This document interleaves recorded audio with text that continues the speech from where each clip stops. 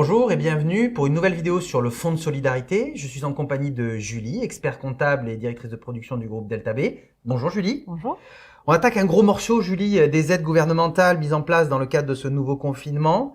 Alors ce qu'on va voir maintenant, c'est simple, c'est quelle période est concernée par ces aides, quelles sont les conditions pour les obtenir et enfin les modalités pratiques de restitution et d'obtention de versement de ces dites aides.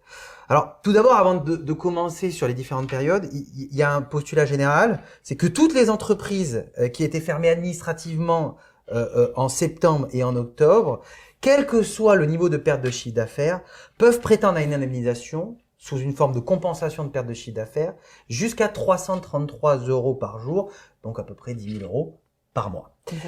Ça, c'est pour les entreprises qui sont fermées administrativement. Qu'en est-il maintenant pour le mois d'octobre de ces niveaux d'aide? Alors pour le mois d'octobre, il faut déjà distinguer si l'entreprise était dans une zone de couvre-feu ou non. Si l'entreprise était dans une zone de couvre-feu, il faut qu'elle ait perdu au moins 50% de chiffre d'affaires pour pouvoir avoir droit à cette aide du Fonds de solidarité. Ensuite, il faudra vérifier dans quel secteur d'activité on se trouve pour avoir le montant de l'aide. Si nous sommes dans une entreprise de secteur 1, les entreprises les plus touchées, l'aide pourra aller jusqu'à 10 000 €. Si nous sommes dans une entreprise de secteur 1 bis, cette aide pourra aller jusqu'à 10 000 € seulement si la perte de chiffre d'affaires au premier confinement était supérieure à 80%. Pour les entreprises des autres secteurs d'activité, l'aide pourra aller jusqu'à 1 500 €. Pierre-Alban, qu'en est-il pour les entreprises au mois d'octobre qui ne sont pas en zone de couvre-feu? Alors effectivement, pour les entreprises qui sont en dehors des zones de couvre-feu, on a deux distinguos. La première chose, c'est que ça ne s'ouvre qu'aux entreprises qui ont été particulièrement touchées, donc secteur 1 et secteur 1 bis. Et on va distinguer deux conditions préalables, c'est-à-dire d'abord d'avoir eu une perte de chiffre d'affaires pendant le premier confinement d'au moins 80%. Et ensuite, pour les entreprises qui auront perdu entre 50 et 70%, on pourra avoir une aide de compensation de perte de chiffre d'affaires jusqu'à 1 500 €.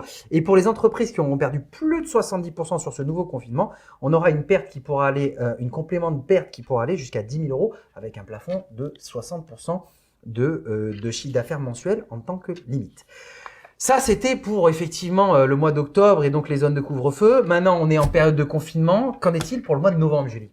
Alors pour le mois de novembre, beaucoup d'entreprises ont été fermées administrativement suite au couvre-feu. Donc pour toutes les entreprises fermées administrativement, il n'y a pas de condition de perte de chiffre d'affaires et l'aide pourra aller jusqu'à 10 000 € pour les entreprises du secteur 1.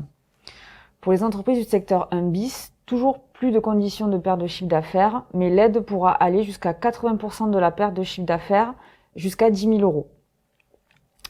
Pour les autres entreprises des autres secteurs, l'aide pourra être de maximum 1 500 € si notre perte est d'au moins 1 500 €. D'accord. On est d'accord, avec la réactivation de ce fonds de solidarité élargi, des conditions qui sont devenues beaucoup plus accessibles. Et ça, c'est important de le préciser. Tout d'abord, plus de limite de chiffre d'affaires, Oui. ni de bénéfices ou de rémunération ou le cumul des deux.